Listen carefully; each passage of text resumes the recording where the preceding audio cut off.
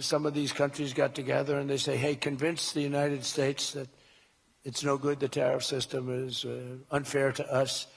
And so some genius, I know who, I don't want to get into it, but some genius said, oh, let's go to an income tax system. So instead of foreign companies and countries paying everything, the people started paying. And then after that, you had a depression, but that was a long time. That was in like 1913, you had the tariff switched into income tax.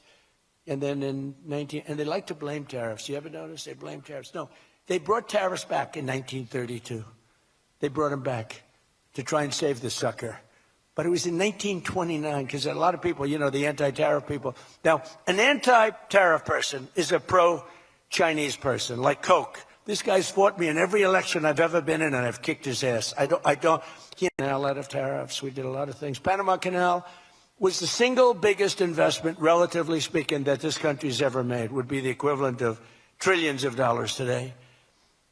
And Jimmy Carter gave it away for $1. It was also the most profitable thing ever built. Thing.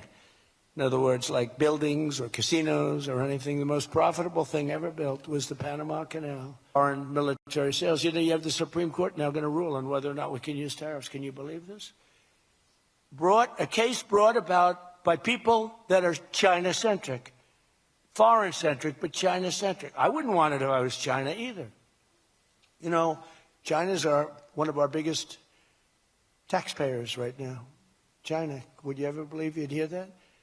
And they've been great. My relationship with President Xi has been great. But we have a group that's foreign-centric, China-centric, suing, and we'll figure something out if we don't win. But we should win. I mean, we should win. Jelajahi cara baru mendapatkan informasi. Download MetroTV Extend sekarang.